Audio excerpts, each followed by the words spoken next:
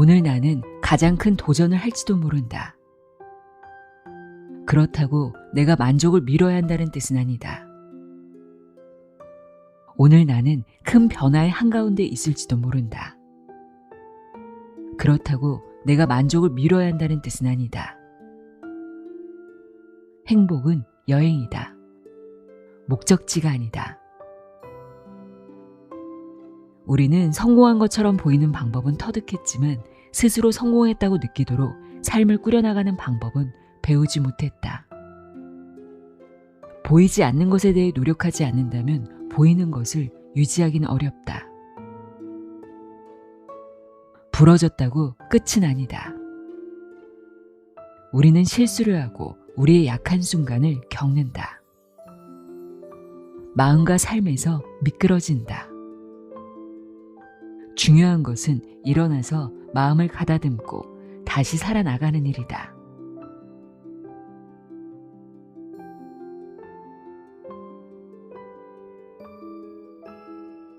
안녕하세요. 나의 소리책 깔피 소리내어 있다입니다. 오늘은 제가 아주 특별한 질문 하나로 시작해 보려고 해요. 지금 여러분의 행복은 누구의 손에 들려 있나요? 만약 누군가 나를 서운하게 해서 불행하고 내 통장 잔고가 부족해서 우울하다면 그건 나의 행복 결정권을 다른 사람이나 상황에 양도한 것과 다름없을지도 모릅니다. 사실 우리가 가장 자주 범하는 실수이기도 하죠. 저 역시 그랬던 적이 참 많았는데요. 내 행복을 남에게 맡기지 않고 오롯이 내가 주인으로 살 수 있는 방법은 없을까요? 이 고민에 대해 아주 명쾌하고도 따뜻한 답을 건네주는 책을 소개합니다. 가오루 고팔다스의 아무도 빌려주지 않는 인생책입니다. 제목이 꽤 매력적이죠? 저자 가오루 고팔다스는 인도뿐 아니라 세계에서 가장 영향력 있는 정신적 멘토이자 라이프 코치이며 수도승인데요. 인도 아마존에서 5년 연속 1위를 기록하며 전 세계 10억 명의 삶을 위로한 이 책은 복잡한 현대사회를 살아가는 우리에게 꼭 필요한 영적 자기계발서, 영적 지침서입니다. 그는 참 흥미로운 이력을 가지고 있어요. 촉망받는 IT 엔지니어로 일하며 세속적인 성공을 쫓던 그는 어느 날 돌연 모든 것을 내려놓고 수도승이 되기로 결심합니다. 그렇게 수십 년간 쌓아온 통찰을 우리 삶에 가장 가까운 문제들, 일, 관계, 그리고 나 자신에 적용해 아주 쉽고 명쾌하게 풀어냈습니다. 그는 말합니다. 행복은 로또처럼 어느 날 갑자기 찾아오는 행운이 아니라 매일 아침 우리가 내리는 선택에 달려있다고요. 분노나 불평 같은 부정적인 것들은 가만히 있어도 저절로 생겨나지만 평화와 사랑, 행복 같은 긍정적인 마음은 우리가 의식적으로 선택해야만 얻을 수 있다는 거죠. 결국 행복해지려면 행복을 선택하는 습관을 들여야 한다는 뜻입니다. 바꿀 수 없는 일은 의연하게 받아들이고 바꿀 수 있는 일은 바꿔나가는 용기. 그 용기를 위해 늘 외부로 향해 있던 시선을 내 안으로 돌려보면 어떨까요? 평소 고민이 많거나 부정적인 감정 때문에 지치신 분들께 이 책이 따뜻한 처방전이 되어줄 거라 확신합니다. 아무도 빌려주지 않는 인생책 내용의 일부를 읽어드립니다. 귀 기울여 들어보세요. 세상의 모든 지혜를 읽어드리는 소리내어 있다. 구독과 좋아요, 공유는 큰 힘이 됩니다.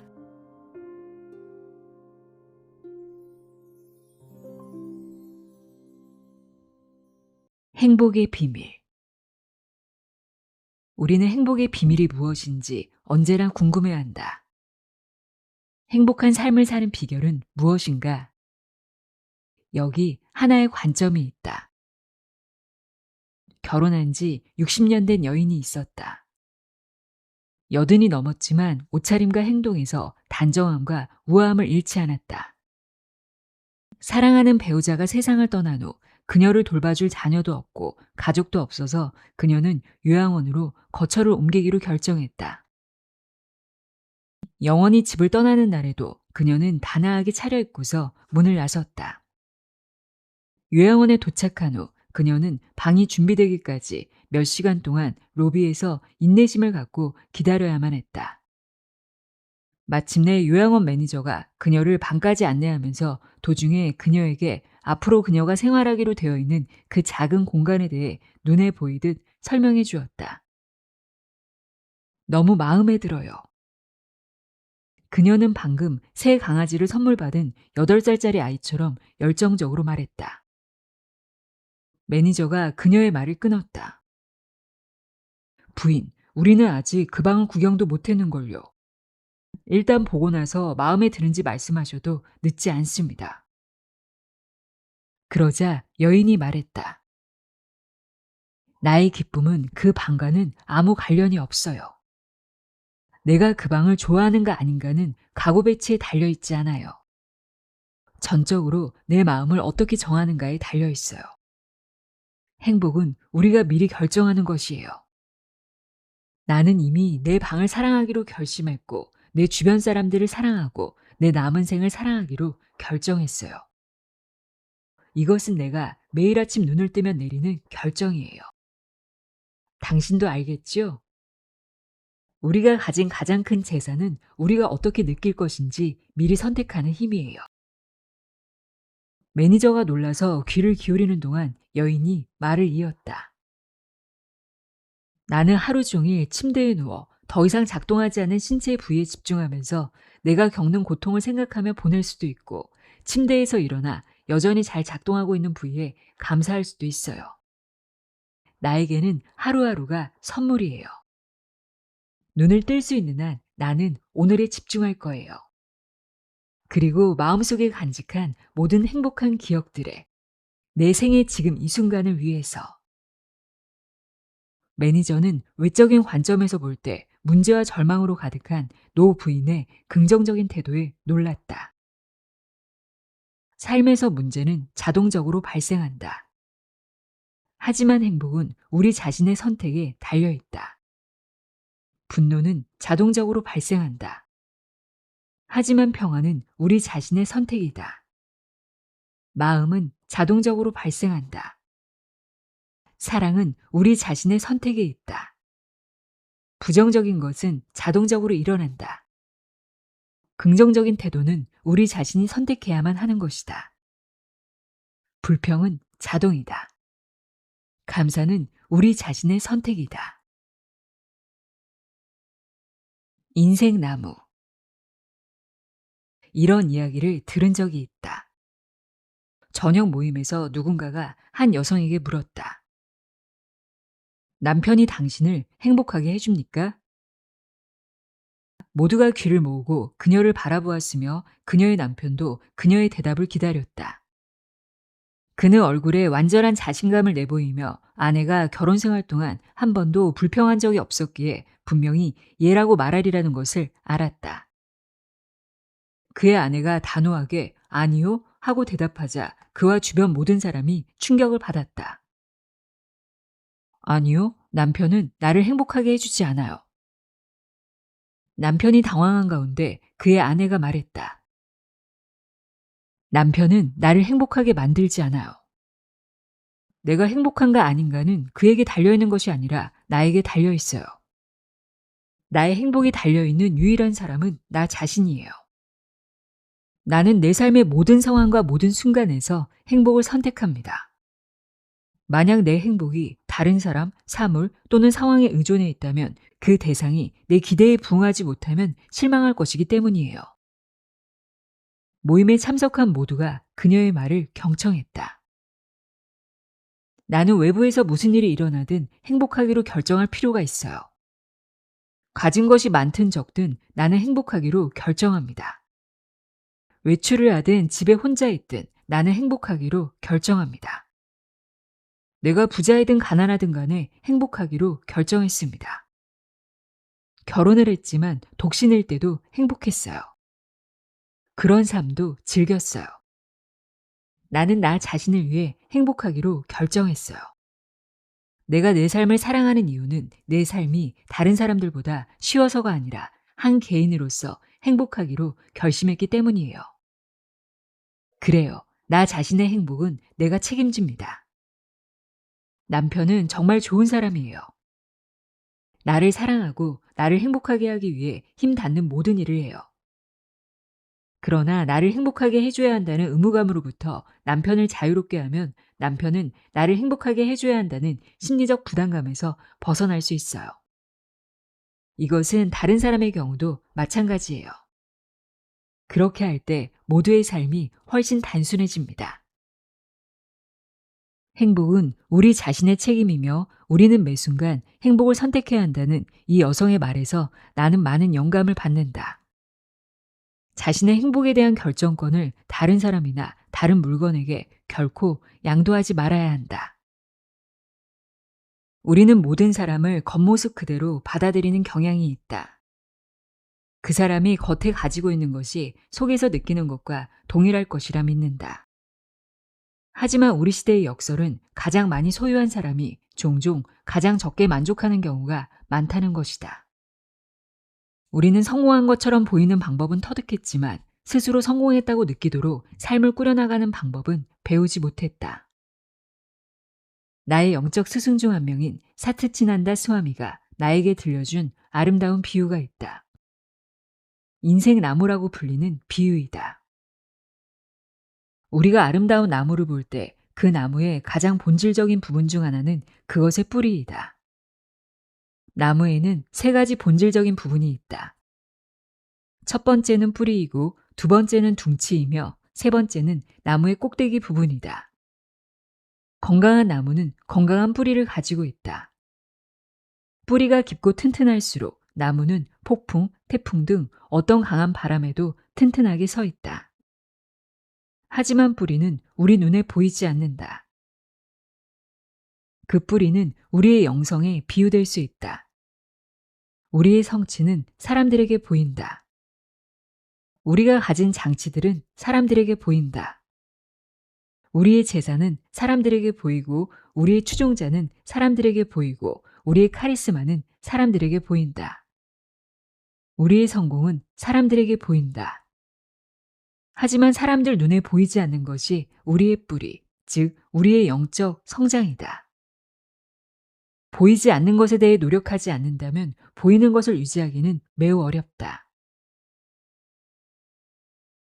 문제로부터의 자유.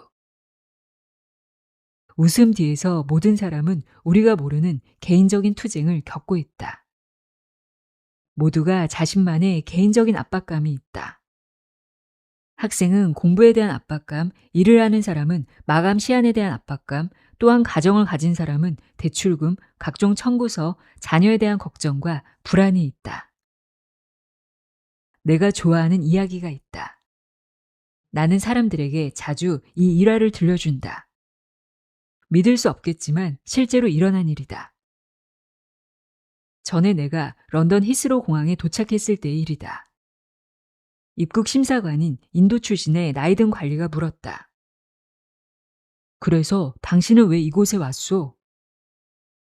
나는 강연을 하러 왔다고 대답했다. 그가 다시 물었다. 여기에 얼마나 오래 머물 계획이요? 나는 약 2주 동안 머물 것이라고 했다. 그랬더니 그는 개인적인 질문을 해도 괜찮겠소? 하고 물었다. 내가 그러라고 했더니 그가 대뜸 물었다. 당신은 결혼했소? 내가 웃으며 말했다. 당신 인도인이잖아요. 내가 입은 옷을 보세요. 나는 수도승이에요. 그러자 그는 얼버무렸다. 혹시나 해서 확인을 했을 뿐이요. 그러고 나서 그는 말했다. 하나 더 물어봐도 되겠소? 내가 다시 그러라고 하자 그는 질문했다. 당신은 혹시 인생에서 무엇인가 놓치고 있는 것은 없소? 그는 내 허를 찔렀다고 내심 즐거운 표정이었다. 자신의 삶에 무엇이 빠져있다고 느끼진 않는가 말이오? 내가 말했다. 물론 있지요. 그는 그것이 무엇이오? 하고 신이 나서 물었다. 나는 말했다. 내 삶에는 문제가 빠져 있습니다. 그는 내 뜻밖의 대답을 무척 좋아했다. 내 여권에 도장을 꽝 하고 찍어주고는 내가 문을 지나갈 때 내 삭발한 머리에 자신의 손을 얹고 축복까지 내려주었다. 그는 말했다. 언제까지나 이 상태로 살아가기를. 인생에서 어떤 문제도 겪지 않게 되기를. 하지만 문을 다 통과한 후 나는 몸을 돌려 그에게 말했다. 솔직하게 말씀드려야겠군요. 내가 수도승이라고 해서 모든 문제로부터 자유롭다고 생각하지는 마십시오. 이 세상에 문제로부터 해방된 인간은 없습니다. 서로 잡아먹고 잡아먹히는 이 세상에 사는 사람, 경쟁과 압박으로 가득한 세상에 사는 사람은 학생이든 직장인이든 사업가든 독신이든 기혼 남성이든 가정생활을 하는 여성이든 수도승이든 누구나 자신만의 문제를 겪고 있다. 모두가 개인적인 불안과 걱정을 안고 있다. 단지 겉모습만 다를 뿐이다. 인간은 아름답게 불완전한 존재. 만약 당신이 좌절감을 느낀다면 정상이다. 만약 당신이 주변에서 일어나는 일들 때문에 우울한 기분이 든다면 정상이다. 만약 당신의 미래가 어떻게 될지, 앞으로 어떤 상황이 전개될지 불안해한다면 정상이다. 당신의 나라에서 세상에서 일어나는 일들에 실망하고 있다면 정상이다. 만약 당신이 사람들 사이에 있음에도 불구하고 길을 잃고 외로움을 느낀다면 정상이다. 당신의 물리적 공간에서든 집에서든 혹은 당신이 어디에 살고 있든 사람들이 당신을 구석으로 밀친다는 느낌이 든다면, 그래서 정서적으로 자신의 공간을 찾지 못하고 있는 기분이라면 정상이다. 부정적인 감정들을 겪는 것은 정상이다. 이것은 우리 저마다에게 예외 없이 일어나는 일이다. 이 모든 것이 우리가 경험하는 삶의 일부이다. 당신이 통과하고 있는 부정적인 감정에 대해 죄책감을 느낄 필요는 없다. 죄책감으로 자신을 괴롭히면서 부정적인 생각을 보탤 이유가 없다. 이미 부정적인 것이 너무 많으니 더 이상 추가할 필요가 없다. 그러한 감정을 겪는 것은 지극히 정상적인 일이다. 살아있는 인간이니까. 우리는 기계가 아니다. 우리는 지각 있는 인간 존재이다. 우리는 하나의 로봇이 아니다.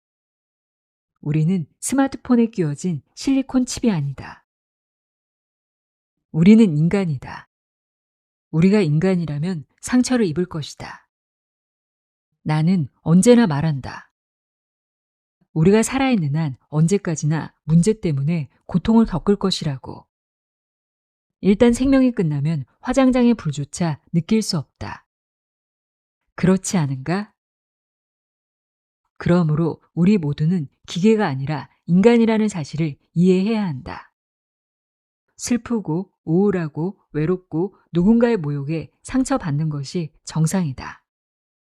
그것은 완전히 정상이다.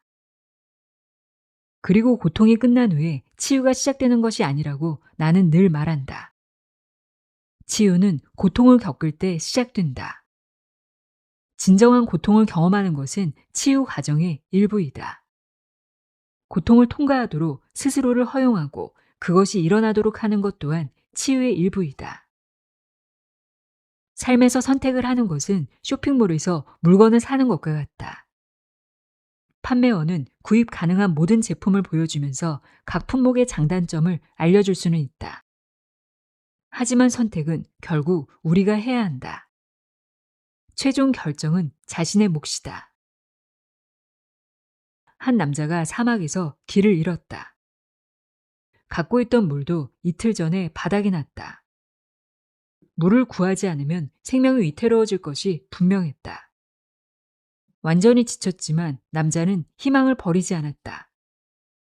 그는 행운의 표식을 찾아 계속해서 걸었다. 문득 멀리 작은 오두막이 보였다. 신기루일지도 몰라. 그는 생각했다. 어쩌면 그냥 환영이 보이는 것일 수도 있어. 그러나 다른 선택이 없었기 때문에 가까이 다가갔고 그 오두막이 환영이 아니라는 것을 깨달았다. 마지막 남은 기력을 모아 지친 몸을 끌고 오두막 안으로 들어갔다. 얼마라도 물을 찾을 수 있기를 바라며. 오두막은 비어 있었고 꽤 오랫동안 버려져 있었던 것처럼 보였다. 그때 오두막 안에 무엇이 있는지 발견하고 그의 심장이 뛰었다.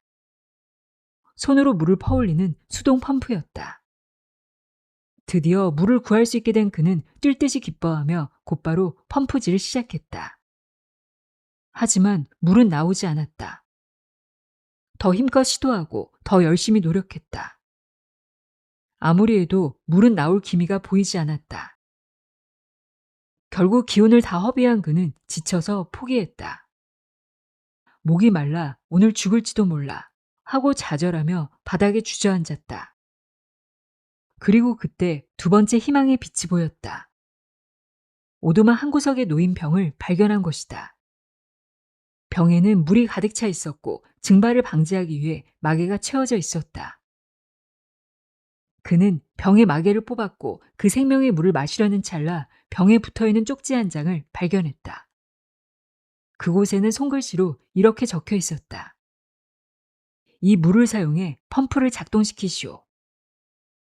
끝나면 병에 물을 채워놓는 것을 잊지 마시오.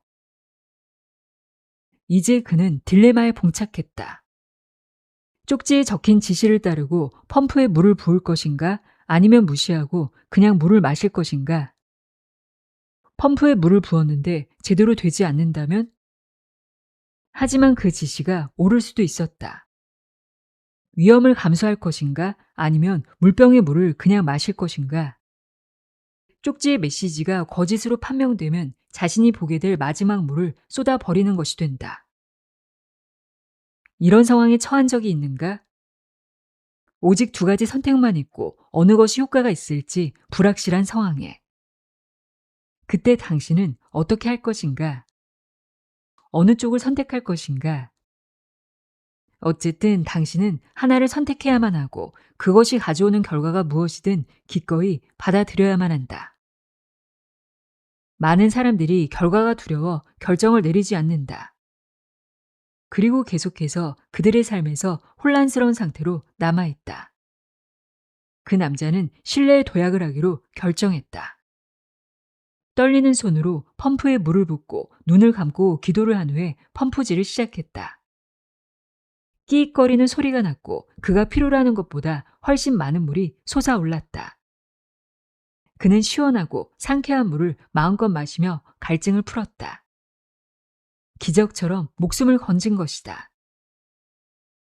기분이 한결 나아진 그는 오두막 안을 둘러보다가 연필과 그 지역의 지도를 발견했다.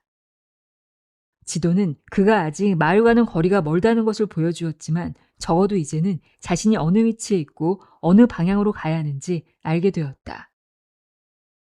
그는 앞으로의 여행을 위해 수통에 물을 가득 담았다. 쪽지에 적힌 지시에 따라 병에도 물을 채우고 마개를 다시 막았다. 그리고 오두막을 떠나기 전에 쪽지에 이렇게 덧붙였다. 내 말을 믿으세요. 물을 얻을 수 있습니다. 우리 대부분은 이처럼 선택이 삶과 죽음을 결정짓는 상황에 직면하지 않을 수도 있다. 하지만 우리에게는 가야 할 여정이 있다. 그리고 우리 스스로 선택해야 한다. 선택은 언제나 우리 자신의 몫이다. 구구클럽. 만약 우리가 지구상에서 가장 뛰어난 음악가 중 한 사람이 연주하는 아름다운 음악을 잠시라도 들을 시간이 없다면 현대 생활의 속도가 우리를 억압해 그 아름다운 장면에 대해 귀먹고 눈 멀게 한다면 우리는 또 무엇을 놓치고 있는 것일까? 어느 날 왕이 변장을 하고 대신과 함께 마을을 걷다가 오두막에서 가족과 함께 있는 농부를 보았다. 남편과 아내와 아들이었다. 그들은 즐겁게 대화를 나누고 있었다. 행복과 기쁨으로 얼굴이 빛나고 있었다. 그들은 함께 노래했으며 서로에게 많은 애정과 사랑을 가지고 있었다. 왕이 말했다. 나에게는 거대한 왕궁이 있고 사람들이 꿈꾸는 모든 것을 나는 가지고 있다. 그런데 이 사람들은 나보다 더 행복하니 이유가 무엇일까? 대신이 말했다. 이 가족은 구구클럽의 회원이 아니기 때문입니다. 왕이 물었다. 구구클럽이 무엇인가? 대신이 말했다. 저에게 99개의 금화를 주시면 알게 해드리겠습니다. 왕이 그에게 금화 99개를 주자 대신이 말했다. 오늘 말고 6달 후에 말씀드리겠습니다. 대신은 99개의 금화가 든 가방을 농부의 집 앞에 몰래 가져다 놓았다. 아침에 일어나 밖으로 나간 농부는 문 앞에 놓인 가방을 발견했다. 그것을 집 안으로 들고 들어간 농부는 흥분해서 가방을 열었고 놀랍게도 그 안에 반짝이는 금화가 가득 들어 있었다. 금화라니 그런 행운을 여태껏 만나본 적이 없었다. 그는 바닥에 내용물을 비우고 금화를 세기 시작했다. 모두 99개였다. 내가 숫자를 잘못 세었어. 내가 너무 흥분했어. 다시 세어야겠어. 그는 다시 세었다. 99개였다. 그는 말했다. 어떤 바보가 하나 더 넣는 걸 잊었지? 숫자를 딱 맞췄어야지. 왜 99개야? 그는 아내를 불러 당신이 세어봐 하고 말했다. 그래서 그녀는 세었다. 99개. 당신이 잘못 센 거야. 그래서 이번에는 아들을 불러 내가 세어봐 하고 말했다. 역시 99개였다. 남자는 말했다. 신이시여, 우리는 이렇게 살 수 없습니다. 반드시 100개를 채워야만 합니다. 그래서 그는 금화 하나를 얻기 위해 밤낮으로 일하기 시작했다. 그것을 얻기까지는 몇 달, 몇 년이 걸릴 것이다. 그의 아내는 생각했다. 내 남편은 미쳤어. 정말 제정신이 아니야. 우리는 99개의 금화를 가지고 있는데 이 남자는 한 푼도 쓰려고 하지 않아. 그래서 그녀는 금화 2개를 가지고 쇼핑을 하러 갔다. 남자는 매일 일하고 돌아와서는 밤에 금화를 세곤 했다. 그날도 세었는데 97개였다. 처음에는 금화 1개만 부족했는데 이제는 2개가 더 없어지다니 그는 소리쳤다. 금화 2개가 어디로 갔지? 아내가 말했다. 나는 당신 같은 미치광이가 아니야. 나는 시내에 가서 쇼핑을 좀 해야겠다고 생각했고 그래서 금화 2개를 썼어. 오, 신이시여. 농부가 소리쳤다. 나는 금화 하나를 얻기 위해 피땀을 쏟고 있는데 당신은 나가서 금화 2개를 써버린 거야? 그러는 사이에 아들이 금화 2개를 더 썼고 95개가 남았다. 6달이 지나 왕과 대신이 그 집 앞을 지나가고 있었다. 노랫소리는 사라지고 사랑도 사라지고 삶도 사라지고 오직 말다툼과 싸움만 있었다. 왕이 물었다. 무슨 일이 있었지? 불과 6달 만에 어떻게 이렇게 많이 변했지? 대신이 말했다. 이제 그들은 공식적으로 구구클럽의 회원입니다. 왕이 다시 물었다. 그대가 금화 99개를 가져갔었지? 대체 구구클럽이란 뭔가? 대신이 말했다. 구구클럽은 99개의 금화를 가지고 있지만 99개의 금화를 사용하지 않고 1개를 더 채우려고 뛰어다니는 사람들 모임입니다. 100을 채우기 위해 하나를 쫓아다니느라 99를 사용하는 것을 잊으면 무슨 의미가 있는가? 나는 내 삶에서 한 가지를 배웠으며 그것을 전적으로 믿는다. 목적지를 기다리지 말고 여행하는 동안 행복을 발견하라는 것이다. 행복을 뒤로 미루지 말라는 것이다. 오늘 나는 가장 큰 도전을 할지도 모른다. 그렇다고 내가 만족을 미뤄야 한다는 뜻은 아니다. 오늘 나는 큰 변화의 한가운데에 있을지도 모른다. 그렇다고 내가 만족을 미뤄야 한다는 뜻은 아니다. 행복은 여행이다. 목적지가 아니다. 삶이 당신을 멈추게 할 때까지 기다리지 말 것. 이런 이야기가 있다. 한 남자가 새로 산 고급 승용차를 몰고 가고 있었다. 광택이 나는 검은색 최고급 차를 운전하며 한적한 길을 가는데 갑자기 커다란 돌멩이가 날아와 앞 유리창에 세게 부딪혔다. 유리에 금이 가고 그의 심장에도 금이 갔다. 당신이 새 차를 샀는데 누군가가 그 차에 돌을 던졌다고 상상해보라. 심장이 부서질 것이다. 그는 이 차를 사기 위해 엄청난 돈을 쏟아부었다. 남자는 브레이크를 3개 밟고 차를 멈춘 후 길 옆에 주차를 했다. 그런 다음 차에서 내려 누가 그랬는지 찾기 위해 주위를 두리번거렸다. 길에는 아무도 없었다. 누가 그랬지? 몇 걸음 뒤로 걷다가 그는 10살쯤 된 남자아이를 발견했다. 아이는 4살 정도 된 장애가 있는 아이를 일으켜 세우려고 하고 있었다.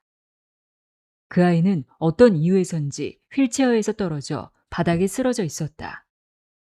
10살짜리 아이는 지금 자신의 동생을 다시 휠체어에 태우려고 안간힘을 쓰는 중이었다.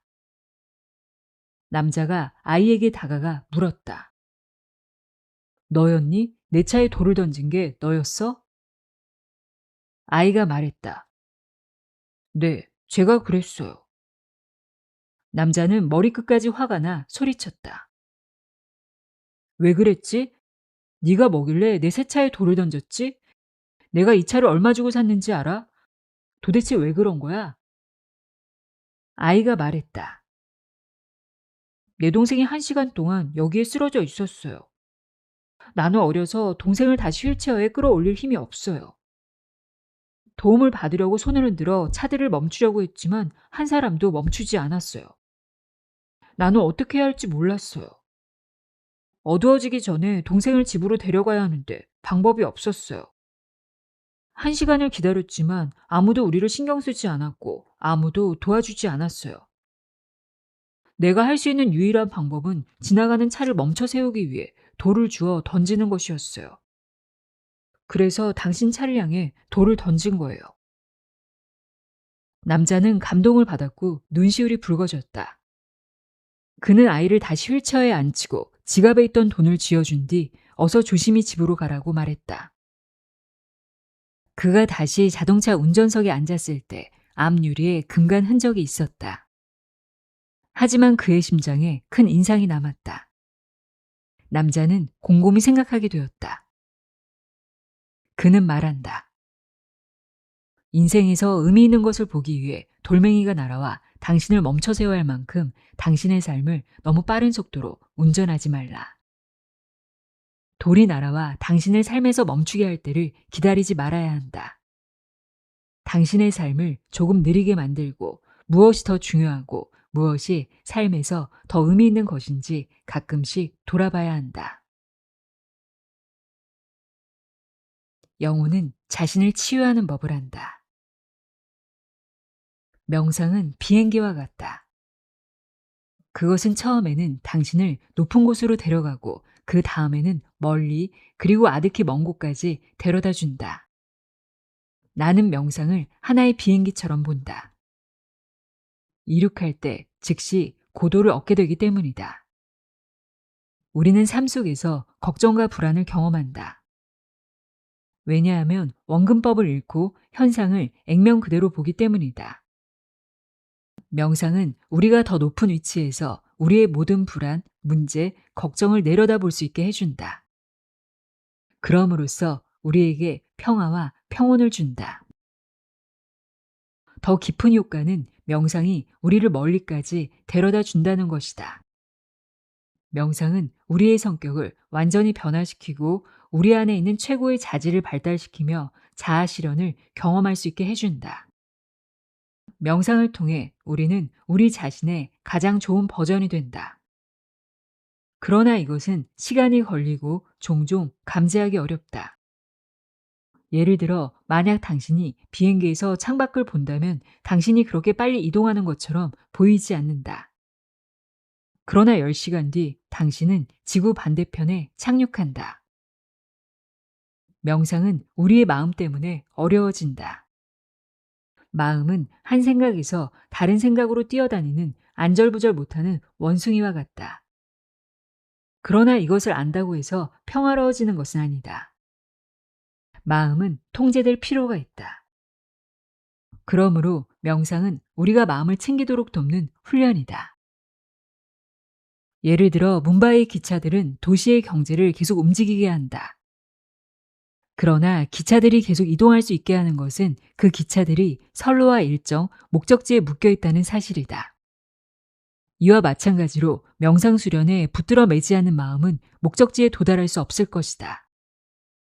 어떤 날은 명상을 하는 것처럼 느껴질 것이지만 어떤 날은 그렇지 않을 것이다. 이런 우화가 있다. 한 화가가 미술 작품에 대한 안목과 후원 의지를 가진 왕에게 와서 말했다. 왕이시여, 저에게 이 궁전에 비어있는 벽 하나를 제공해 주시면 제가 그 위에 멋진 그림을 그리겠습니다. 마침 그 자리에 있던 또 다른 젊은이가 왕에게 말했다. 폐하, 그 반대편 벽에도 작업을 할 수 있게 해주십시오. 저도 화가입니다. 왕이 그 청년에게 물었다. 그대는 무엇을 그리고 싶은가? 청년이 말했다. 저는 저 화가가 벽에 그린 그림을 똑같이 복제해 놓겠습니다. 그리고 저는 그의 작품을 보지도 않고 그렇게 할 것입니다. 두 벽 사이에 두꺼운 커튼을 쳐서 우리 둘 다 상대방의 작품을 볼 수 없도록 해주십시오. 속임수가 없도록 경비원도 배치해야 할 것입니다. 왕을 포함한 궁정의 모든 사람이 흥미를 느꼈다. 왕은 두 예술가에게 그들의 재능을 보여줄 기회를 주기로 결정했다. 다음 날 두꺼운 장막이 가운데 쳐지고 두 화가는 작업을 시작했다. 첫 번째 화가는 그림 작업에 사용할 물감, 기름, 붓 등을 가져왔다. 두 번째 화가는 천 하나와 물 한 통만으로 간단히 시작했다. 한 달 후에 첫 번째 화가는 왕에게 자신의 작품이 완성되었음을 알렸다. 왕이 두 번째 화가에게 언제 작품이 완성될 것이냐고 묻자 그 청년은 자신도 작업을 마쳤다고 대답했다. 왕은 첫 번째 화가의 벽을 보러 갔다. 그리고 빼어난 그림에 놀라 화가에게 상으로 많은 돈을 주었다. 이어서 두 번째 화가가 직접 보지도 않고 똑같은 그림을 그리는 도전에 어떻게 맞닥뜨렸는지 보기 위해 장막을 걷으라고 지시했다. 장막이 걷히자 놀랍게도 반대쪽 벽에는 첫 번째 그림의 정확한 복제가 이루어져 있었다. 모든 선, 모든 색상, 모든 사소한 세부사항이 첫 번째 벽과 똑같았다. 왕은 그에게 2배의 돈을 상으로 주었지만 그 작업의 비밀을 알고 싶어 했다. 그 젊은 예술가가 대답했다. 매우 간단합니다. 저는 대리석 벽이 반대편 벽의 그림을 비추도록 거울처럼 빛날 때까지 날마다 문질러 닦았습니다. 사람들은 종종 나에게 와서 자신감이 부족하다고 말했다. 재능이 없다고 혹은 동기부여가 부족하다고. 나는 그들에게 삶의 모든 자원이 이미 그들의 일부라고 말한다. 어려운 것은 마음의 벽을 닦는 일이다.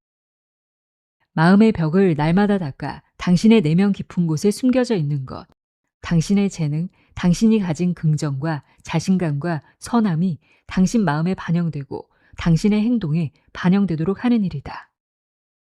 그때 정말로 놀라운 일이 일어난다.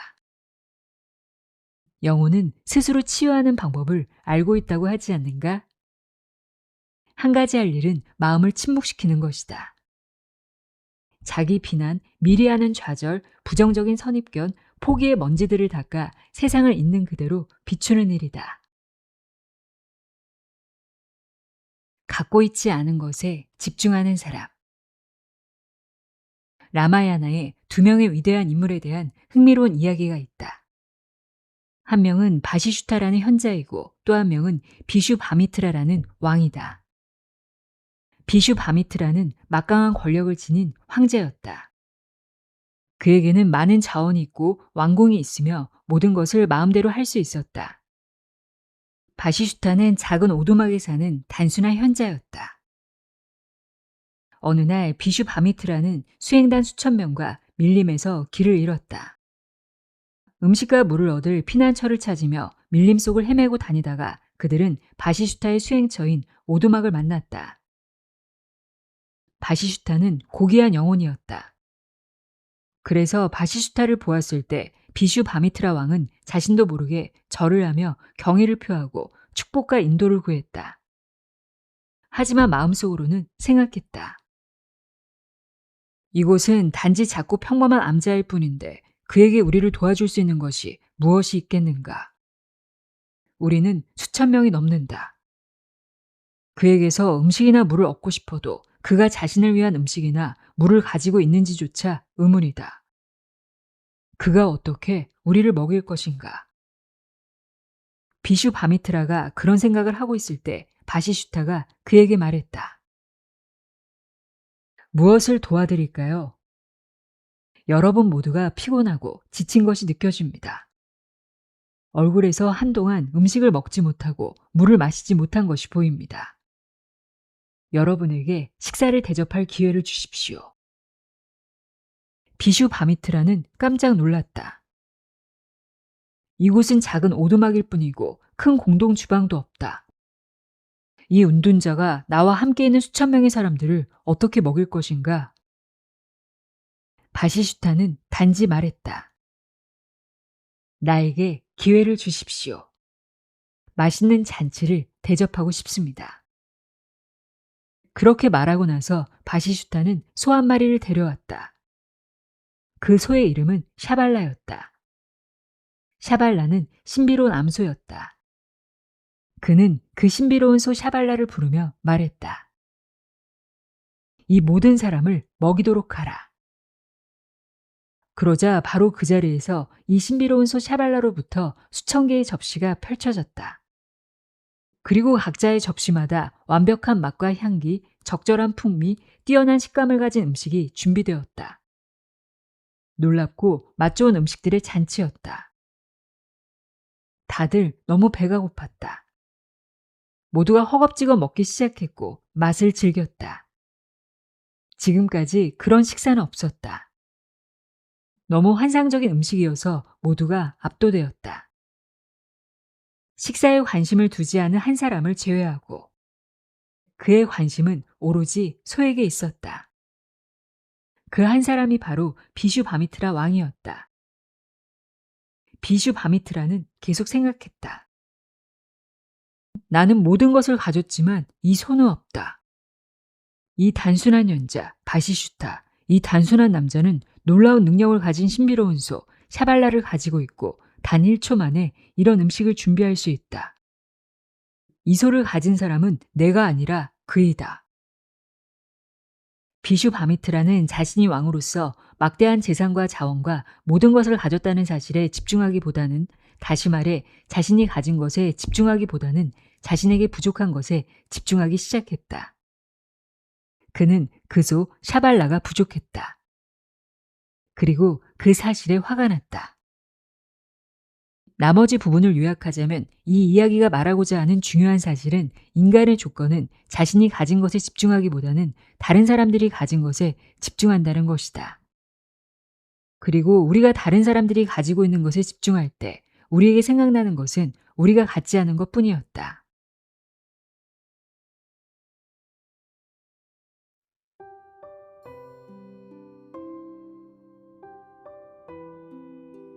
아무도 빌려주지 않는 인생책 읽어드렸습니다.